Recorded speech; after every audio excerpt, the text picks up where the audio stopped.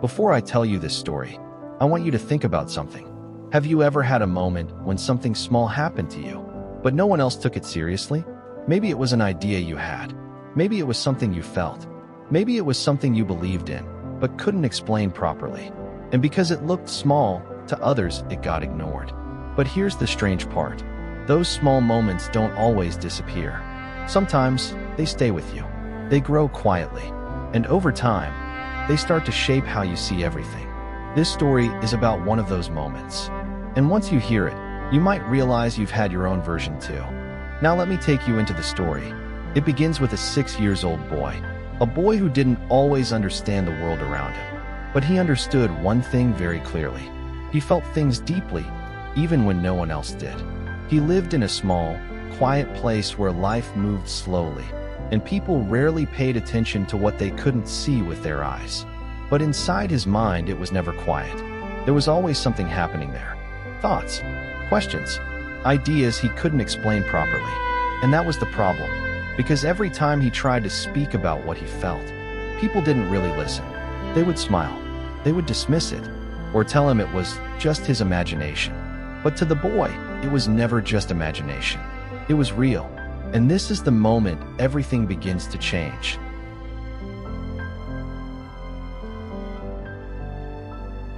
When I was 6 years old, I once saw a picture in a book called True Stories from Nature. It showed the deep, untouched jungle, the kind of place that feels older than time itself. Inside that book was an image of a boa constrictor swallowing its prey whole. The text explained calmly, boa constrictors swallow their prey without chewing. Afterward, they cannot move for months while they digest. I remember staring at it for a long time. Something about it didn't feel like just a drawing. It felt like a story hiding underneath the surface. So I picked up a colored pencil and tried to draw what I understood from it. That was my first drawing. My drawing number 1. To me, it was not a hat or anything simple. It was a snake that had swallowed something enormous, something powerful, something alive inside it. But when I showed it to the grown-ups, they looked at it and said, "A hat?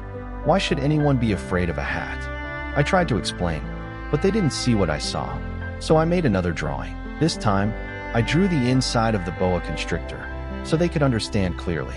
But the grown-ups only advised me to stop drawing snakes altogether. They told me to focus on serious things like geography, history, and mathematics. And just like that, I gave up what could have been a beautiful career as an artist. I had been discouraged by the failure of my drawing number 1 and drawing number 2, because grown-ups never seem to understand anything on their own. And it becomes tiring for a child to always explain what they see. So I chose another path instead. I became a pilot.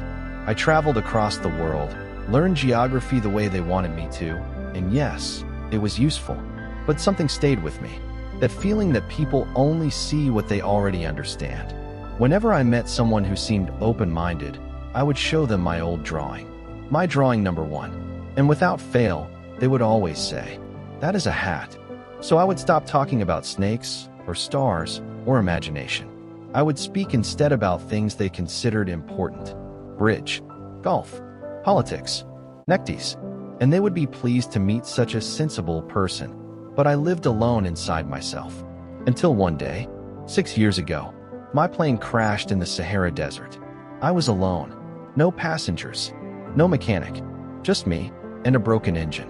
It was a matter of survival. That night, I slept on the sand, far from any human life, more isolated than a stranded sailor in the ocean. And at sunrise, something woke me, a small voice. It said, "Please, draw me a sheep." And that was how I first met the little prince. It took me a long time to understand where he had come from. The strange little boy asked endless questions, yet whenever I questioned him in return, it was as if he never heard me at all. Little by little, through random words and passing remarks, pieces of the mystery began to reveal themselves. The first time he saw my airplane, he stared at it with complete seriousness and asked, "What is that?" "That," I replied, "is an airplane. It flies. It's how I travel through the sky." I admit, I felt proud saying it. His eyes widened instantly. "You fell from the sky?" "Yes," I answered quietly. For a moment he stared at me. Then suddenly, he burst into laughter. A pure, unexpected laugh. Normally, I dislike people laughing at my misfortunes. But somehow, his laughter did not feel cruel. It felt innocent, almost musical. Then he tilted his head and asked, "So you come from the sky too? Which planet are you from?" At that moment, something inside me shifted. The question sounded impossible, yet strangely sincere. I looked at him carefully. "Wait," I said, "are you from another planet?" But instead of answering, he kept staring at the airplane. "You couldn't have traveled very far in that thing," he murmured softly. Then he fell silent again, holding the little sheep drawing I had made for him as if it were something precious. My curiosity grew stronger. "Where do you live?" I asked. "What is your planet like? Why do you need a sheep?" For a while he said nothing. Then quietly, almost dreamily, he replied, "The good thing about the box you drew is that the sheep can sleep inside it at night." I smiled. "Well, if you want, I can also give you a rope and a post so he won't wander away." The little prince looked horrified. "Tie him? Why would you do that?" "So he doesn't get lost." He laughed again. "But where could he possibly go?" "Anywhere," I said. "Straight ahead." The little prince lowered his eyes. "Where I live?" he whispered. "Everything is very small." And there was a sadness in his voice when he added, "If you walk straight ahead there, you cannot go very far." That was when I realized something extraordinary. The planet he came from could not have been much bigger than a house. And strangely enough, that did not surprise me, because I already knew there were worlds far smaller than ours drifting silently through space. Tiny asteroids invisible to most people unless viewed through a telescope. I became convinced that the little prince came from one of them, an asteroid called B612. But grown-ups care little about wonder unless it comes with numbers and labels. Tell them you met a mysterious boy who laughs at sunsets and dreams about sheep, and they will shrug their shoulders. But tell them he came from asteroid B612, and suddenly they will believe you. That is how grown-ups are. They ask how much money a man makes before asking whether he is happy. They care more about numbers than meaning. But children understand differently. Children know that the important things cannot always be measured. As the days passed in the desert, I slowly learned more about the little prince, his tiny planet, his loneliness, and the strange journey that brought him to me. And on the third day, I learned about the baobabs. It began with a question. "Is it true," the little prince asked suddenly, "that sheep eat little bushes?" "Yes," I answered. "Why?" His face brightened with relief. "Good," he said softly. "Then they can eat baobabs too." I laughed at first. "Baobabs aren't little bushes," I explained. "They grow into giant trees." But the little prince shook his head.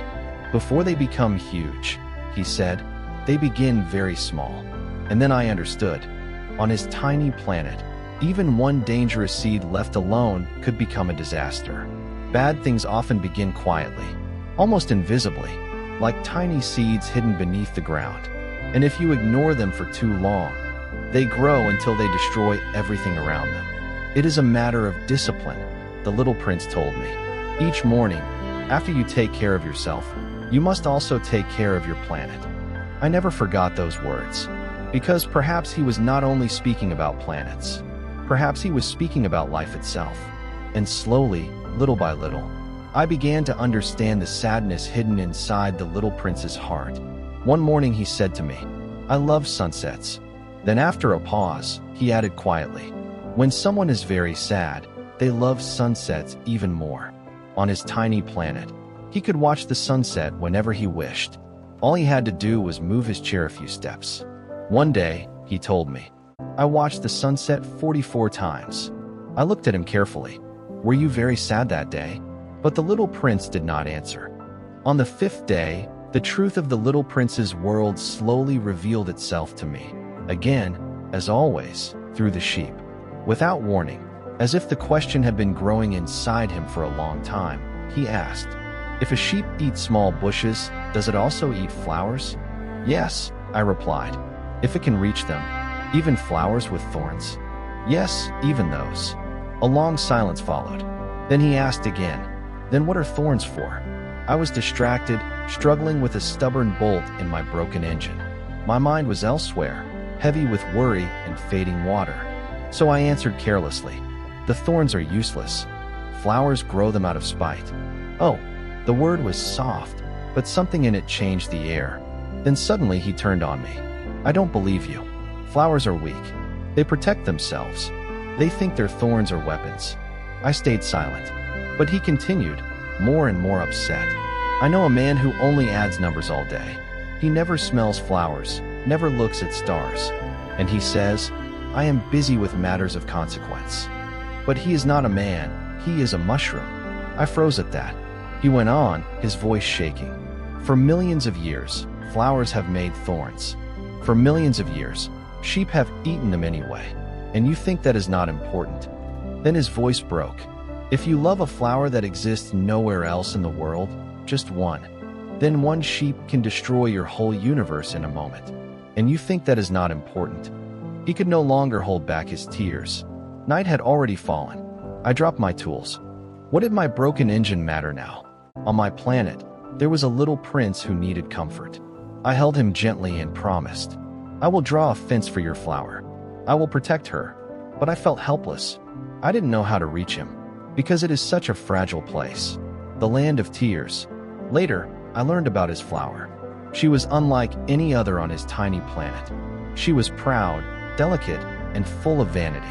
She took her time to appear, carefully dressing herself in beauty, adjusting every petal as if preparing for a grand arrival. When she finally bloomed, she said softly, "I have just woken up, forgive me." And then, almost immediately, "I think I need breakfast." She was beautiful, but demanding. She spoke of thorns, of drafts, of screens and glass domes. And though she meant no harm, her words confused the little prince. Slowly, doubt grew in his heart. He began to believe she was fragile and difficult rather than loving. And so, despite everything he felt for her, he left. Before leaving, he cleaned his planet carefully. Volcanoes, baobabs, everything. And when he said goodbye, the flower finally spoke gently. "I was wrong. Of course I love you. Don't stay angry. Try to be happy." She did not want him to see her cry. She was proud, even in sadness. Then came his journey. He visited many tiny planets. On the first, a king ruled over nothing, commanding even the stars. On the second, a man demanded admiration, but listened to nothing. And the little prince only grew more confused. The grown-ups are strange, he thought. They love authority, but not meaning. And so he continued on his way, searching for understanding among the stars. The little prince left the geographer's planet quietly. He walked for a long time without speaking, thinking about one word that stayed in his mind. Ephemeral. Things that can disappear. His flower was ephemeral. And for the first time, regret settled inside him like a small stone he could not remove. He did not know it yet, but that regret would travel with him everywhere. When he finally arrived on the earth, he was surprised. There were no kings, no businessmen, no tipplers, no conceited men, only silence and sand. He stood still, looking around. Perhaps I have landed on the wrong planet, he thought. Then suddenly, something moved. A thin golden shape slid across the desert like a ribbon of light. "Good evening," said the little prince politely. "Good evening," replied the snake. The little prince sat down. "What planet is this?" "This is the Earth." "This is Africa," said the snake. "Are there no people here?" "This is the desert." "There are no people in the desert." The little prince looked up at the sky. "It is strange," he said softly. "The stars look so close, and yet so far." "They are beautiful," said the snake. "What brings you here?" "I had trouble with a flower," said the little prince. The snake said nothing. Silence stretched between them. Then the little prince asked, "Where are the people?" "It is lonely here." The snake answered calmly, "It is lonely among people too." The little prince studied him for a long time. "You are very strange," he said. "You are thin as a finger, yet you speak like you know everything." "I can take you farther than any ship," said the snake quietly. The little prince did not reply. The snake slid closer and wrapped gently around his ankle like a golden bracelet. "Whoever I touch," he said, "I return to the earth." The little prince looked down at him, unafraid. "You are not very strong," he said simply. The snake smiled faintly. You are innocent from another star. If you ever become too homesick, I can help you. Then he became still. I understand you, said the little prince at last. But why do you always speak in riddles? I solve them all, said the snake. And the desert fell silent again. Later, the little prince climbed a tall mountain. From the top, he hoped to see life, people, answers. But there was nothing except sharp rocks and emptiness. He called out, "Hello," and the mountain answered, "Hello, hello, hello." He tried again. "Who are you? Who are you? Who are you?" He frowned.